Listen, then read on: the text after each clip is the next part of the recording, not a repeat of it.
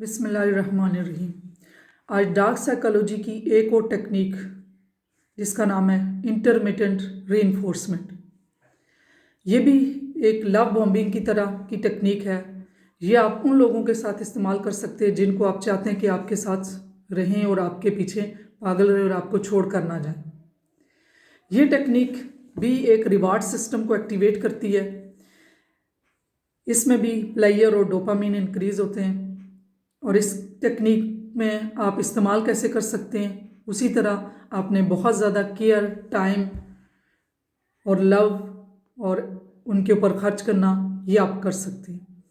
और इसमें भी ये होता है कि जब आपने बहुत ज़्यादा कुछ टाइम के लिए बहुत ज़्यादा केयर दी, बहुत ज़्यादा उनका ख्याल रखा, उनको स्पेशल फील करवाया, उनको लगा कि आप उन्हीं के लिए सुनते हैं, उन्हीं के लिए बने हैं, जब इतनी ज़्यादा आपने उनको केयर दे दी, प्यार दे दिया, उसके बाद आप कुछ टाइम के लिए गायब हो जाए।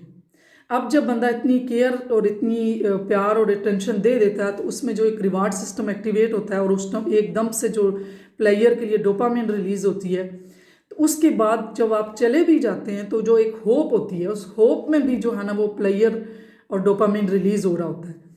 तो फिर कुछ अरसे के बाद दोबारा से आए, फिर से थोड़ी सी केयर उसी तरह दें और फिर चले जाएं। इस तरह से जो लोग होते हैं वो आपके, जिसका साथ भी आपका रिलेशनशिप है, वो आपके पीछे रहेंगे, वो आपको छोड़ के नहीं जाएंगे। तो इसमें जो तरीक़ेकार है, कोशिश करें कि आप डेलिब्रेटली, ऐसा तो सबके साथ ना करें, जिसको आप अपने साथ रिलेशन में रखना चाहते हैं, आप चाहते हैं कि वो सारी ज़िंदगी आपके साथ रहें और आपको छोड़ के ना जाएं, आप उनके लिए इस्तेमाल करें। ऐसा नहीं है कि आप हर दूसरे बंदे के साथ जो है ना वो इस्तेमाल करें और उनको मैनिपुलेट करें और चले जाएं। इन सब डार्क साइकोलॉजी की आपको जो नॉलेज है वो सिर्फ इसलिए है कि आप खुद को बच सकें, कि ताकि कुछ दूसरे लोग आपको इस तरह मैनिपुलेट करके आपके साथ टेक्निक डार्क साइकोलॉजी की अप्लाई करके वो निकल जाएं। दूसरा ये है कि आप इसको पॉजिटिवली, जिस बंदे को आप रिलेशन में रखना चाहते हैं उसको आप उसके ऊपर अप्लाई करें। तो मैंने इसकी भी एक आपको प्रैक्टिकल मिसाल देती हूँ। मेरे जो काउंसलिंग के दौरान केसेस आए, उसमें से एक केस मेरे पास ऐसा भी था कि जिसके ऊपर ये इंटरमिटेंट रीइंफोर्समेंट टेक्निक इस्तेमाल हो रही है।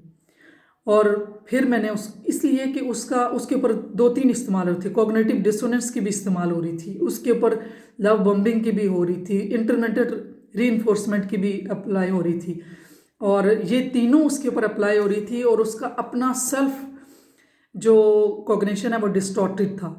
उसका अपने बारे में भी बिलीफ सिस्टम ख़त्म हो जाता है जब एक बंदा जो ऐसा मैनिपुलेटर है, जिसमें नार्सिसिस्टिक लोग हैं, टॉक्सिक्स पर्सनैलिटी हैं, ये लोग दूसरे के ऊपर ये सारी जो है टेक्निक जो है ना वो अगेन इंटरमिटेंटली वो भी इस्तेमाल कर रहे थे। अब उस खातून का इतना वो हाल बुरा था कि उसे अपने बारे में ही उसकी सेल्फ जो है ना परसेप्शन बन गई थी नेगेटिव। वो सोचती थी कि मेरे अंदर ही कोई एबिलिटी नहीं है, और अल्हम्दुलिल्लाह मैंने उसको सेल्फ ट्रांसफॉर्मेशन तक लेके गई हूँ और उससे सारी चीज़ें पता चली हैं। आज वो इन टेक्निक को भी पहचानती है और उसे पता है कि ये मेरे ऊपर अप्लाई हो रही थी।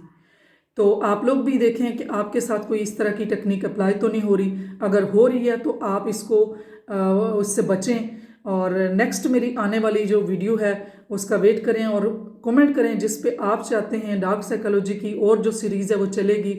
इंशाल्लाह मैं आपके साथ इस तरह की छोटी छोटी टिप्स लेके आऊँगी, किस तरह से आप दूसरे लोगों से बच सकते हैं, और अपने आप भी अगर चाहते हैं कि आपको इसको पॉजिटिवली इस्तेमाल करें तो आप कर सकते हैं। Keep watching, keep sharing and subscribe करें। इस तरह से हमें मोटिवेशन मिलती है और हम आपके लिए और ऐसी वीडियो लेके आते हैं।